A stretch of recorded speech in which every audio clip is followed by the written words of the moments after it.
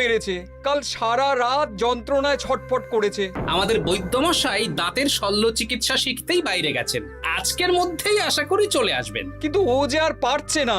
শোনো, তুমি একটা তুলোর মধ্যে লবঙ্গ তেল দিয়ে পুঁটির মায়ের যে দাঁতে ব্যথা হচ্ছে তার গোড়ায় রাখো। বৈদ্যমশাই এলে আমি তোমাদের বাড়িতে যেতে বলছি। আচ্ছা গোপাল দাদা। যাই, বাজার থেকে চটপট ঘুরে আসি, এরপর আবার রাজসভায় যেতে হবে।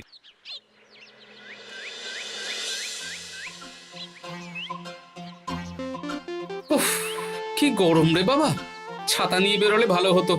এই তো সামনে আখের রস বিক্রি হচ্ছে, একটু আখের রস খাই, শরীরটা বেশ চাঙ্গা লাগবে। ভাই, আখের রস কত করে দিচ্ছ? 1 ভাঁড় 10 আনা গোপাল দাদা। দাও দেখি 1 ভাঁড়।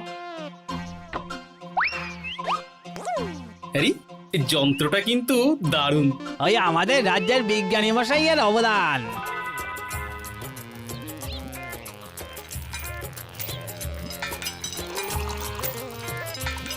এই নাও গোপাল দাদা।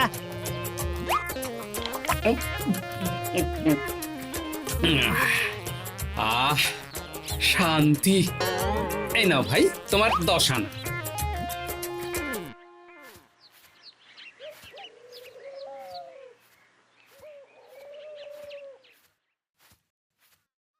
কি রাজবৈদ্য, এই ফিরছ নাকি?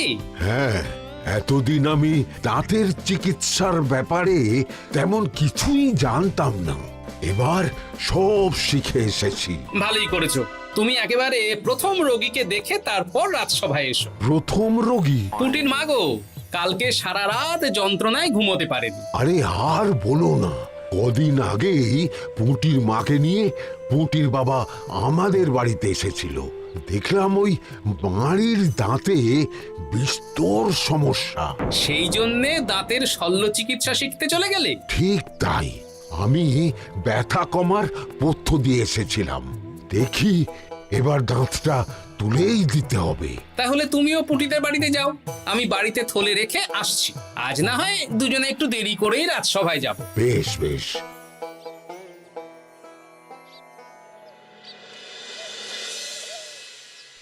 দেখুন মহারাজ, দেখুন আজকে রাজবৈদ্য আসেনি, আর ওদিকে গোপালও ডুব দিয়েছে। এই আনন্দে আমাদেরও ছুটি দিয়ে দিন মহারাজ। কি আনন্দে? এই গরমে বাড়ি বসে একটু আমপানার শরবত খাবো আর ঘুমবো। রাজ্যের সেনাপতি যদি বিশ্রামের কথা বলি, তাহলে আমার আর কিছুই বলার নেই।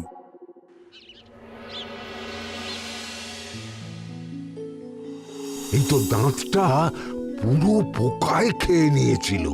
এখন দুদিন কোনো কথা বলা যাবে না, শুধু জল বা তরল জাতীয় খাবার খাবে।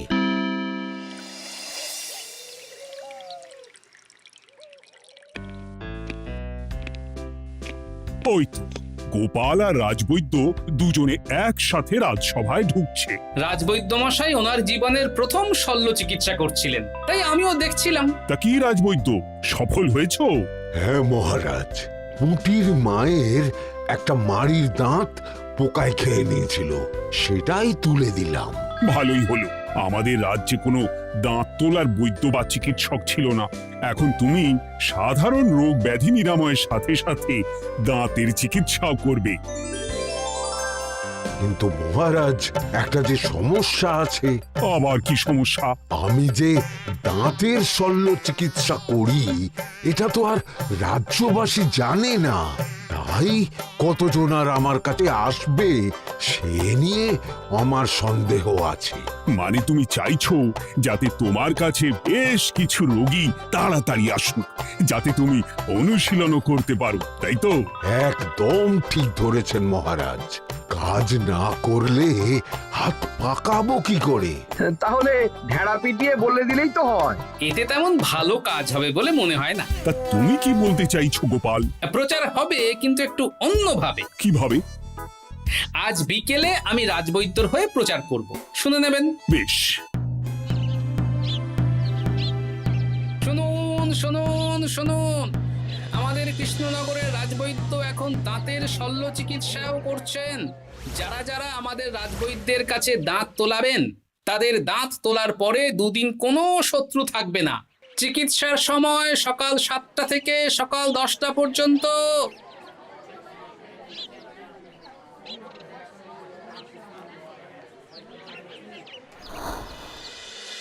এসব তুমি কি উল্টো পাল্টা কথা বলছো গোপাল? উল্টো পাল্টা না, আপনি দেখুন না আপনার বাড়িতে লোকজন আসে কিনা। আর কেউ যদি জিজ্ঞাসা করে যে এই রকম প্রচারের কারণটা কি, তাহলে বলবেন রাজসভায় আমার সাথে কথা বলতে আমি বুঝিয়ে দেব। বেশ,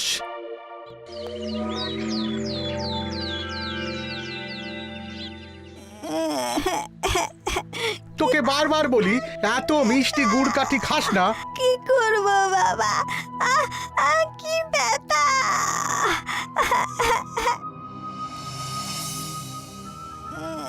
বাড়ি আছেন নাকি বৈদ্যমশাই? হ্যাঁ আছি আছি। এই আমার ছেলেটার না দাঁতে খুব ব্যথা দুদিন ধরে। দেখছি। তা আপনাকে তো এই রাজ্যে আগে দেখিনি। আমি পাশের রাজ্য থেকে আসছি। শুনলাম আপনার কাছে দাঁতের শল্য চিকিৎসা করালে আগামী দুদিন কোনো শত্রু থাকবে না। ঠিকই শুনেছেন। বেশ, তাহলে বলুন কেন থাকবে না? আগে চিকিৎসাটা করি, তারপর বলছি।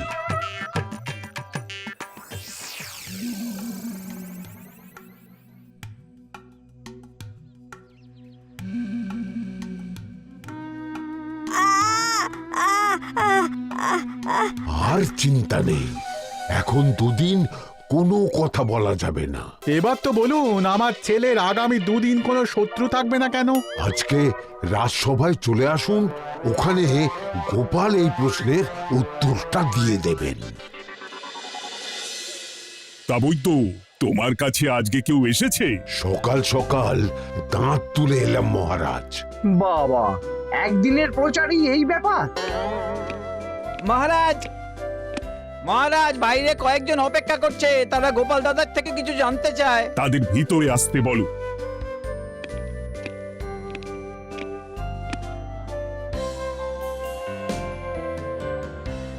আজ আমার ছেলে বৈদ্যমশাইয়ের কাছে একটা দাঁত তুলিয়েছে। আমি জানতে চাই প্রচার অনুযায়ী আমার ছেলের নাকি আগামী দুদিন কোনো শত্রু থাকবে না, সেটা কেন বলা হয়েছে? বলতে পারি, কিন্তু কথা দিতে হবে এই কারণটা বাইরে আর কাউকে বলা যাবে না। বেশ, বলবো না। বাংলায় একটা প্রবাদ আছে, বোবার শত্রু নেই। মানুষ সাধারণত কথার বিনিময়ে মতবিরোধ, বিবাদ বা শত্রুতা করে। যে ব্যক্তি কথা বলতে পারে না, তাই তার সঙ্গে কথা বলে মতবিরোধ হওয়ার কোনো সুযোগই নেই। মানে যার যার দাঁত তোলা হবে তারা তো আগামী দুদিন কথা বলতে পারবে না। আর কথা না বললে কোনো বিবাদ হওয়ার ব্যাপার নেই। আর বিবাদ না হলে কারো সাথে শত্রুতাও হবে না। কি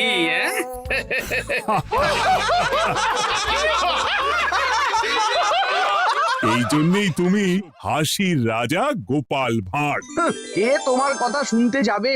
একদিন না হয় প্রচারের চমকে এলো, এরপর কিভাবে আসবে শুনি? এরপর রাজবৈদ্যের সুনামেই লোকজন ছুটে ছুটে আসবে। বাহ বাহ বাহ, তোমার কত জ্ঞান! মহারাজ, এই কথা শুনে আমার মাথাতেও একটা বুদ্ধি এলো। অল্প পুঁজিতে শুধু প্রচারের জোরে এত রোজগার করব না, গোপাল হাঁ করে দেখবে। নিশ্চয়ই কোনো লোক ঠকানোর কথা ভাবছেন। মোটেই না। আচ্ছা, আগামী 3 দিন ব্যাপী মেলা হবে, সেখানেই তোমরা দুজনে তাহলে ব্যবসা করো। বেশ, করব। যে সবচেয়ে বেশি রোজগার করবে তাকে আমি 50 মোহর পুরস্কার দেব। রাজি। মেলার শেষে আমার প্রশংসায় পঞ্চমুখ হবেন সবাই, দেখে নেবেন।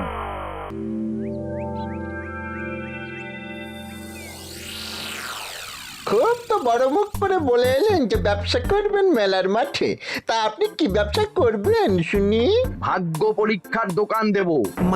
মানে আমি বিভিন্ন মেলায় দেখেছি যে একটা দোকানে নিচের দিকে হেলানো অবস্থায় একটা পাতলা কাঠের পাটাতন থাকে। সেই পাটাতনের উপরে 1 থেকে 6 অবধি সংখ্যা লেখা থাকে, তাই তো?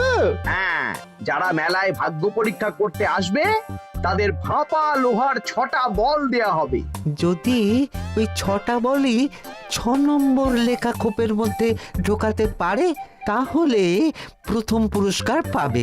আমিও ওটারই দোকান দেব। কিন্তু শুধুমাত্র একটাই পুরস্কার থাকবে। 6টা বল 6 নম্বর খোপের মধ্যে ফেলে কেউ যদি 36 করতে পারে তাহলে সে পাবে 100 মোহর উপহার। আরে খেলার জন্য কত মোহর লাগবে? 1 মোহর। আপনি কিন্তু জেনে বুঝে বিপদ ডেকে আনছেন। একজন কেউ ফেলে দিলেই আপনার হাত থেকে 100 মোহর ফসকে যাবে। আরে মেলার ভিড়ে যদি আপনি পুরস্কার না দেন তাহলে জনতার একটা মারও ফসকাবে না। আরে সেই জন্যই তো তোদের পোষা। তোদের মধ্যে যে কোনো একজন ওই কাঠের পাটাতনের নিচে লুকিয়ে থাকবি।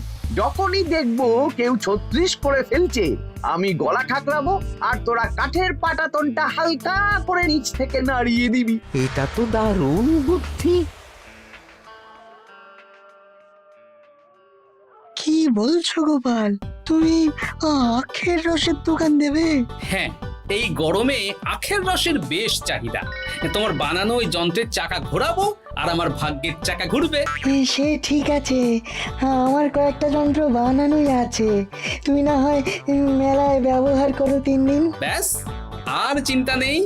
এবার শুধু জমিয়ে আখের রস বিক্রি করব, সাথে বিভিন্ন মশলা, বরফ আর পাতিলেবুর রস দেব।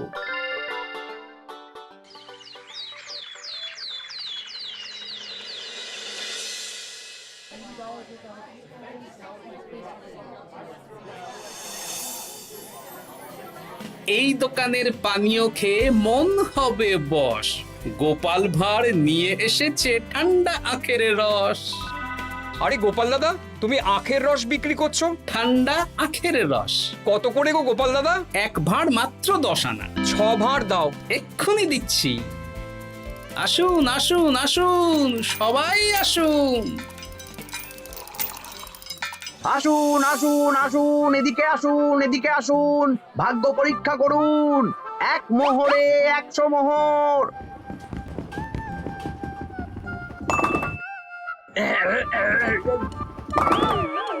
ভাগ্য পরীক্ষা করুন। মন্ত্রী মশাই বলেন কি 1 মোহরে 100? তুমিও ভাগ্য পরীক্ষা করাবে নাকি? একবার বাজিয়ে দেখতে দোষ কি? দাও, আখের রস খেয়ে বরং চলে যাই। এই তো হয়ে এসেছে। এই নাও, ধরো।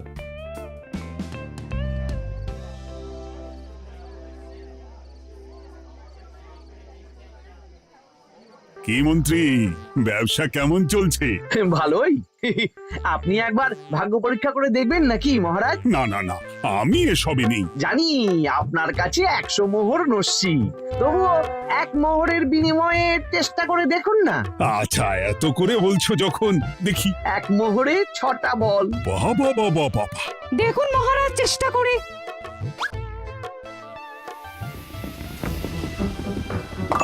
এই তো একটা 6 পড়েছে, আবার চেষ্টা করুন। জয় মা জয় মা। আবার 6। সাবাস। দেখুন হয়ে যেতে পারে, আর তো মাত্র 4টে বাকি। দেখি তৃতীয়টা। আরে পাস, আবার 6। নিন, খেলুন। এই যা, হলো না। আরেকবার প্রথম থেকে চেষ্টা করবেন নাকি মহারাজ?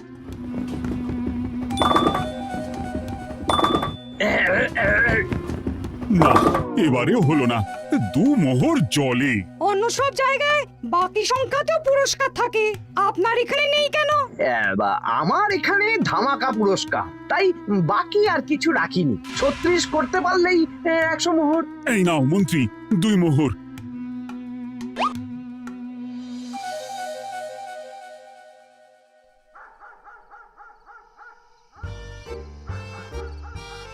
কি মন্ত্রী মশাই, আর তো মেলায় লোকজন নেই, বাড়ি যাবেন না?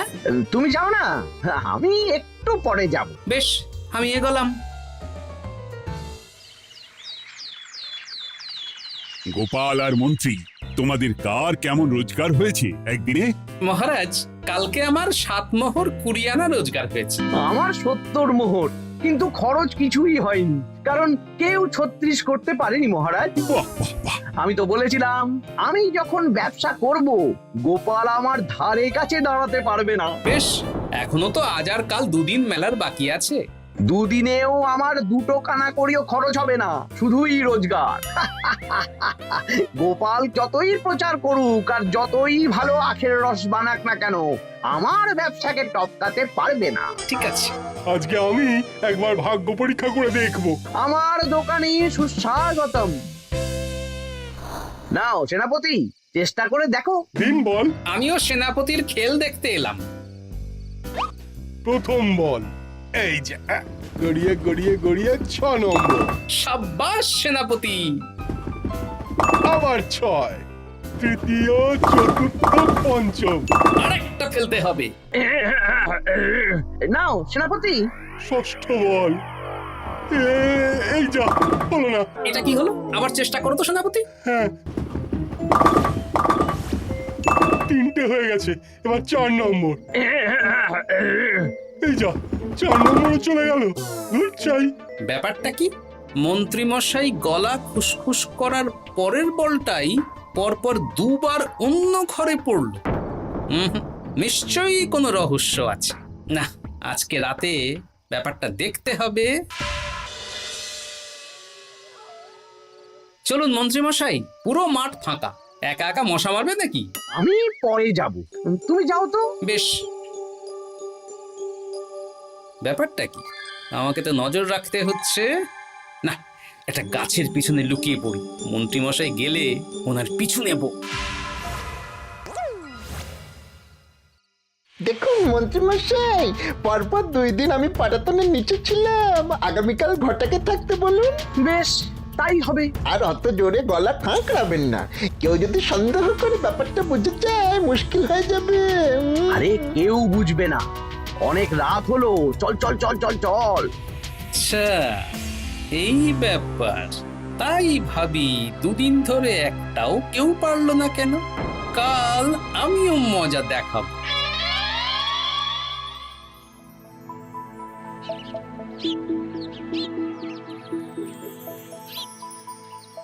বাবা চলে এসেছেন দেখছি। এত চাহিদা না আমার এই ভাগ্য পরীক্ষার, তাই আগে আগে চলে এসেছি। মন্ত্রীমশাই, আপনাকে মহারাজ এক্ষুনি ডাকছেন। এখন কেন? সে তো জানি না, চলুন।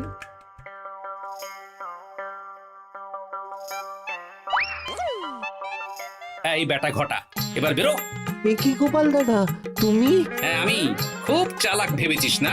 মন্ত্রী মশাইয়ের খেলা আজকে শেষ। প্রহরী, একে ধরে নিয়ে যাও।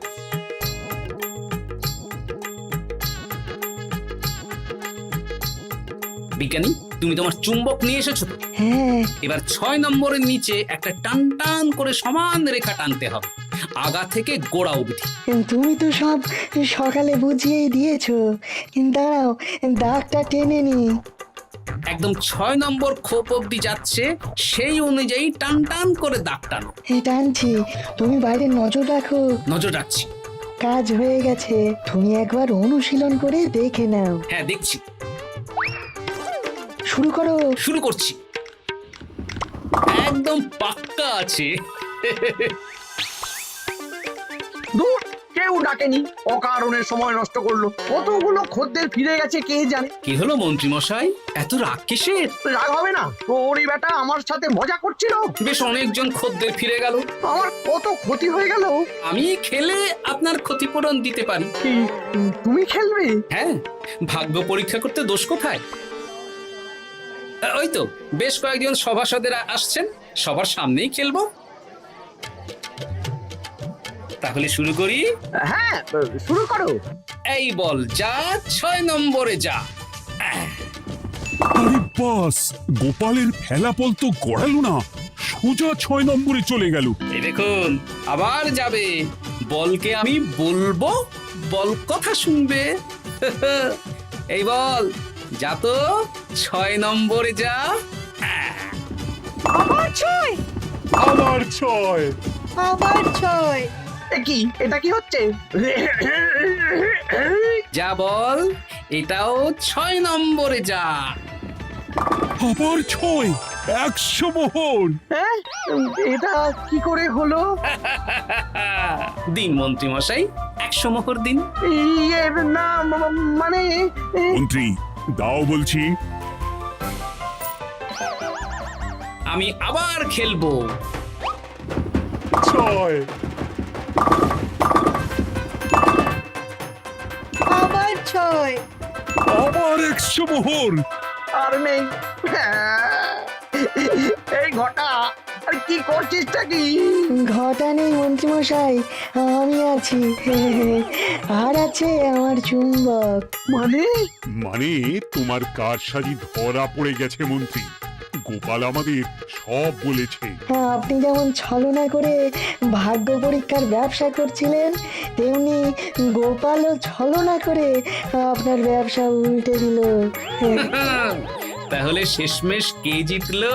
হাসির রাজা, জ্ঞানীর রাজা, রসিক রাজা গোপাল ভাঁড়। লোকের ভাগ্য পরীক্ষা করছিলাম আর আমারই দুর্ভাগ্য নেমে এলো।